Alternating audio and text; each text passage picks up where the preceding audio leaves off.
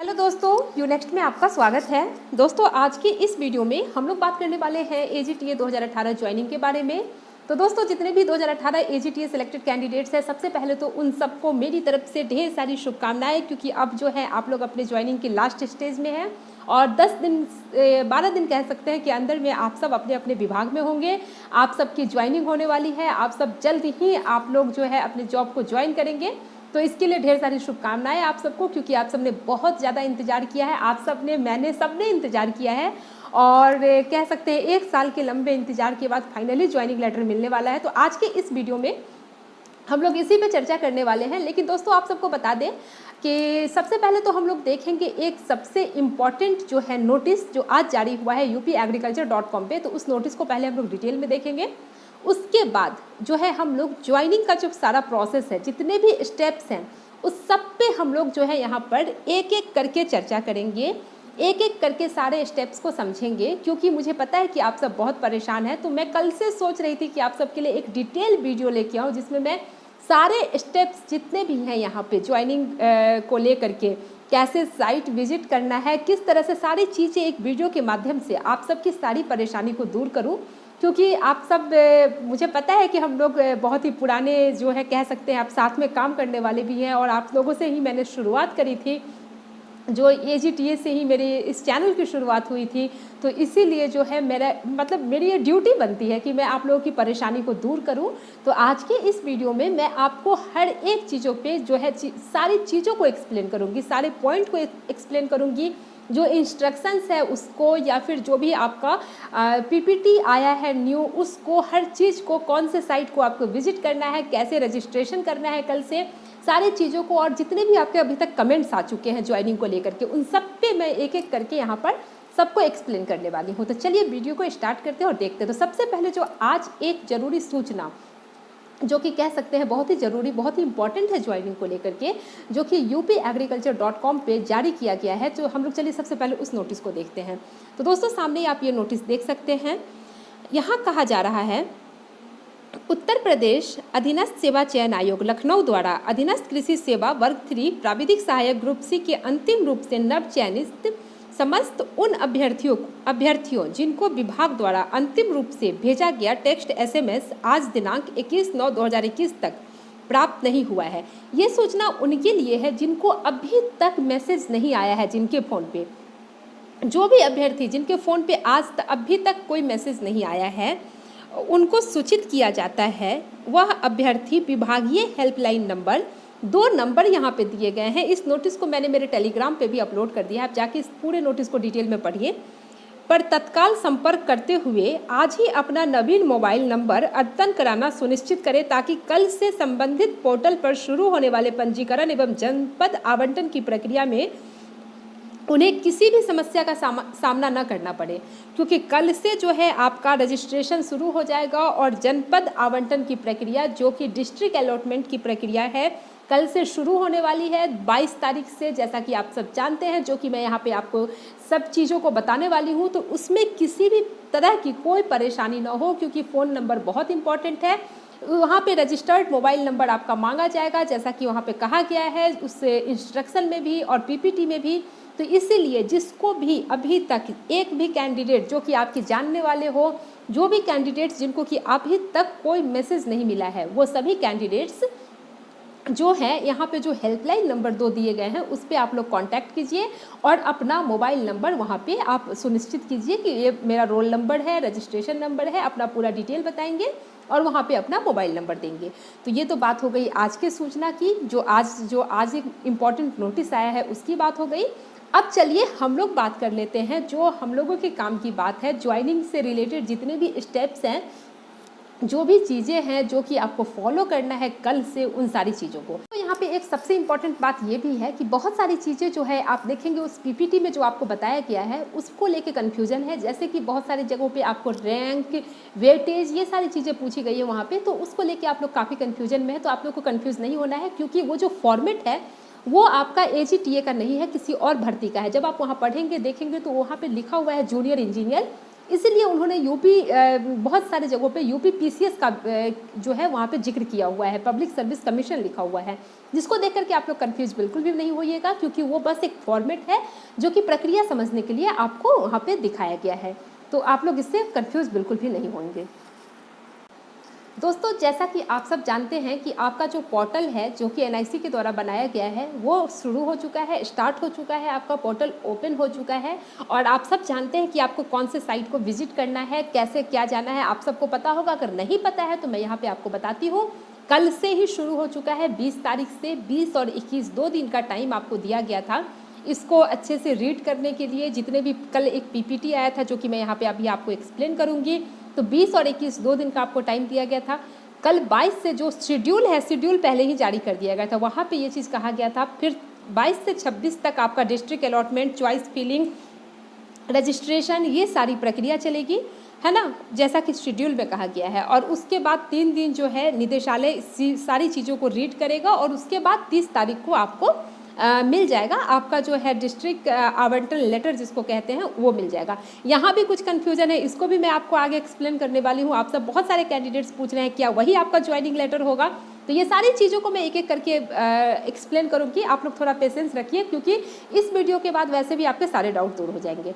तो दोस्तों, सबसे पहले तो देखिए जो साइट है, दोस्तों जो साइट आपको विजिट करना है वो ये वाला साइट है, आप सामने देख रहे हैं। इसका जो पूरा नाम आप ये यहाँ पे नोट कीजिए, agriposting.upsdc.gov.in, है ना।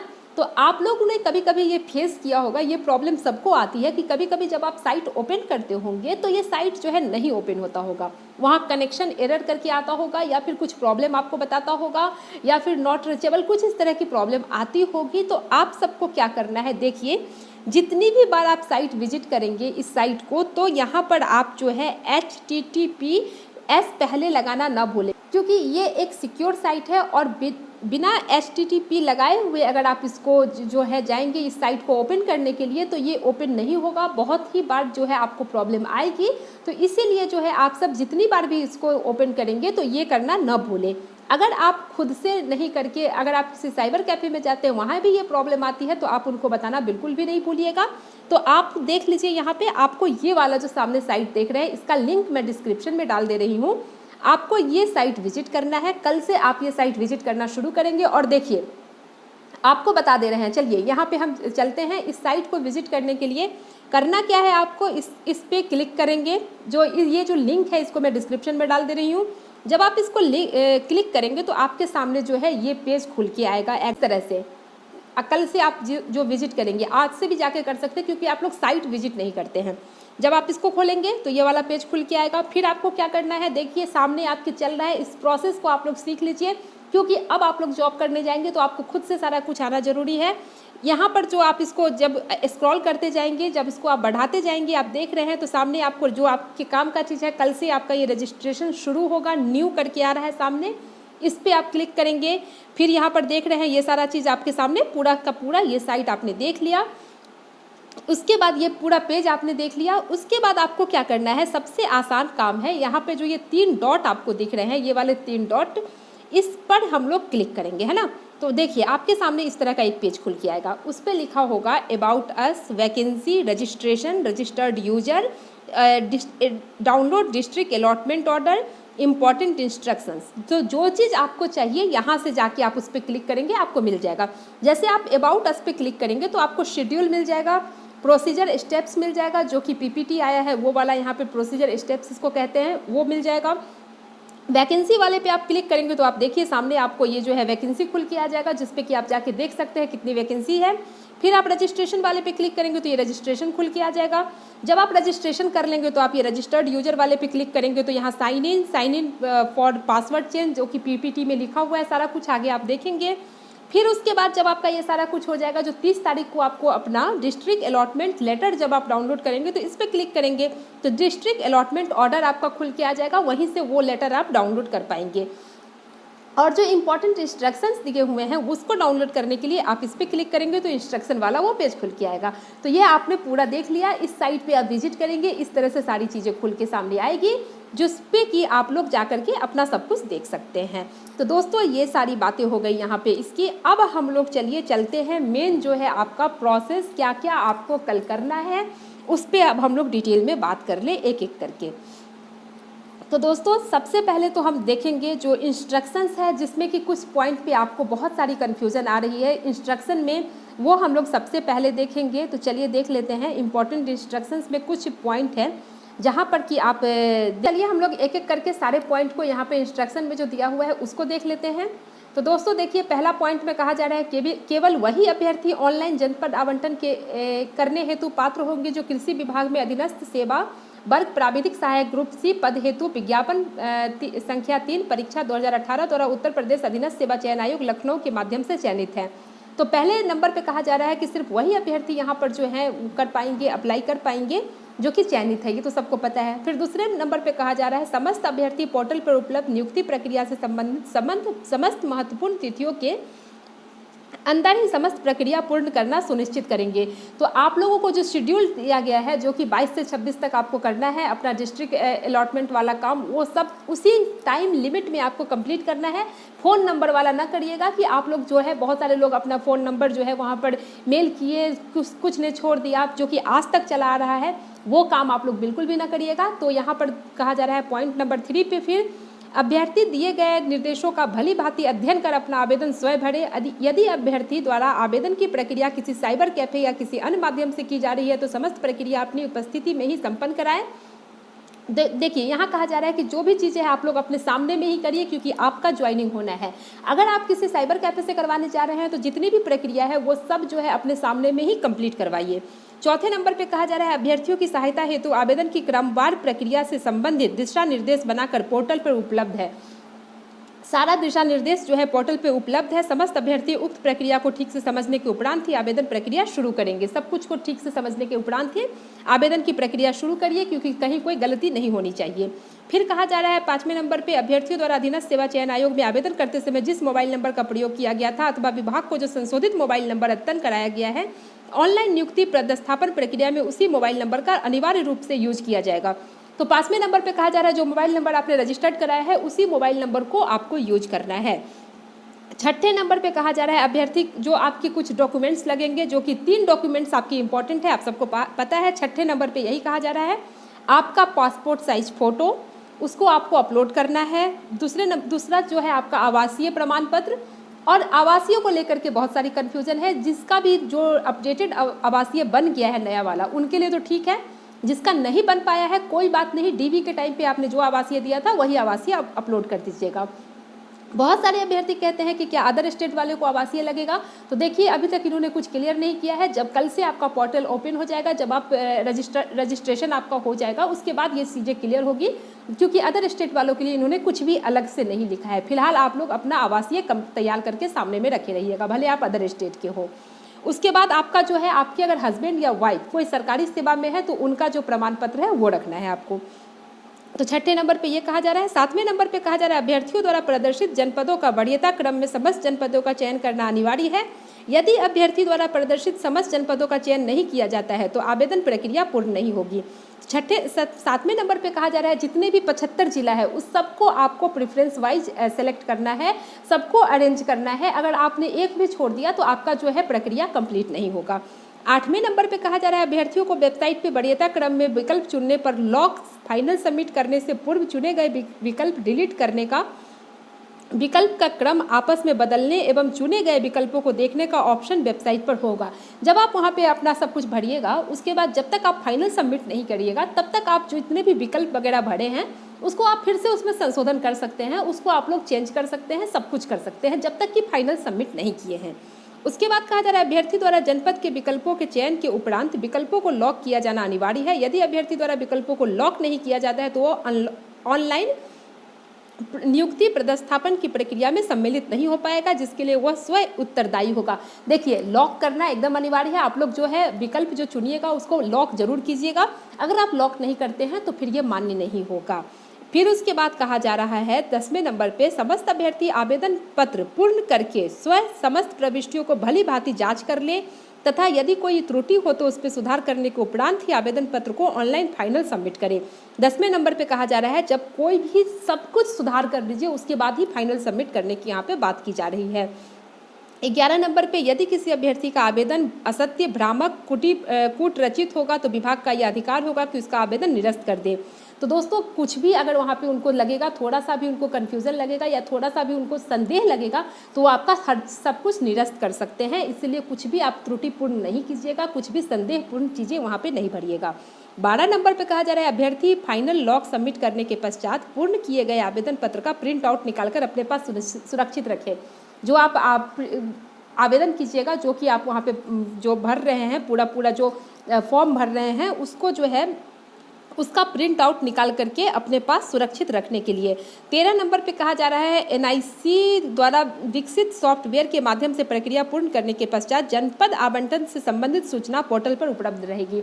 ये सारी सूचनाएं पोर्टल पे उपलब्ध रहेगी कि आपको कौन सा डिस्ट्रिक्ट मिला है। फिर 14 नंबर पे कहा जा रहा है जनपद आवंटन पत्र प्राप्त होने के बाद अभ्यर्थी आवंटित जनपद के उप कृषि निदेशक कार्यालय में आवंटन पत्र निर्गत होने की तिथि से 7 दिन के भीतर समस्त वांछित मूल अभिलेखों के साथ उपस्थित होना सुनिश्चित करेंगे।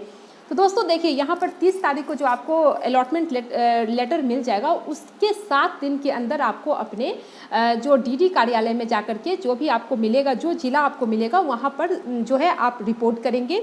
वहाँ पर जो है यहाँ कहा जा रहा है उपस्थित होना सुनिश्चित करेंगे। फिर 15 नंबर पे कहा जा रहा है अभ्यर्थी अपनी जिज्ञासा के लिए विभागीय हेल्पलाइन नंबर, 15 नंबर पे जो है हेल्पलाइन नंबर की बात की गई है और ईमेल ID दिया गया है। जो भी कुछ आपके मन में डाउट हो वहाँ पे आप पूछ सकते हैं। 16 नंबर पे कहा जा रहा है जनपद आवंटन में प्राथमिकता का लाभ लेने के लिए प्रस्तुत किए गए साक्ष्य पर विभाग का निर्णय अंतिम एवं मान्य होगा।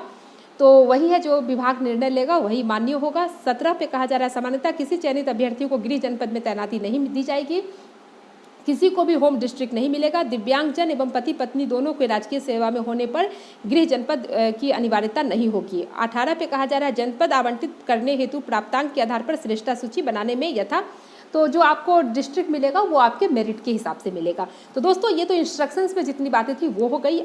तो दोस्तों जितनी भी बेसिक बातें थी इंस्ट्रक्शन से रिलेटेड और कैसे साइट विजिट करना है ये सारी चीज़ें मैंने आपको अभी तक बता दिया।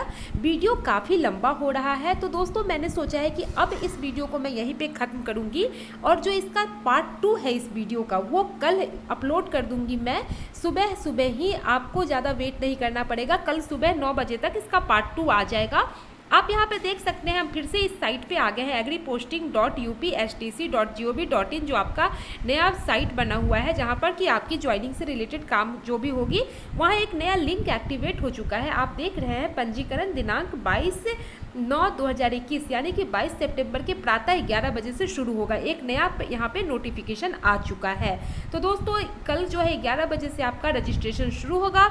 उससे पहले ही मैं आपको जो है यहाँ पर जितनी भी बातें दी गई है इस PPT में, जो PPT पहले आ चुका है, PPT से रिलेटेड कल मैं वीडियो बना के आपको सारी चीज़ें क्लियर कर दूंगी।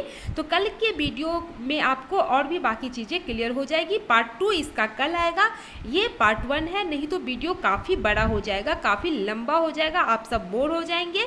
तो इसका पार्ट 2 कल सुबह 9 बजे तक आपको प्राप्त हो जाएगा। तो इस वीडियो को मैं यहीं ख़त्म करती हूँ। उम्मीद करते हैं कि वीडियो आपके लिए यूजफुल होगा। अगर आपके मन में कोई डाउट है, कोई भी डाउट है तो आप लोग कमेंट कीजिए, उस डाउट को मैं कल सुबह के वीडियो में क्लियर करने की कोशिश करूंगी।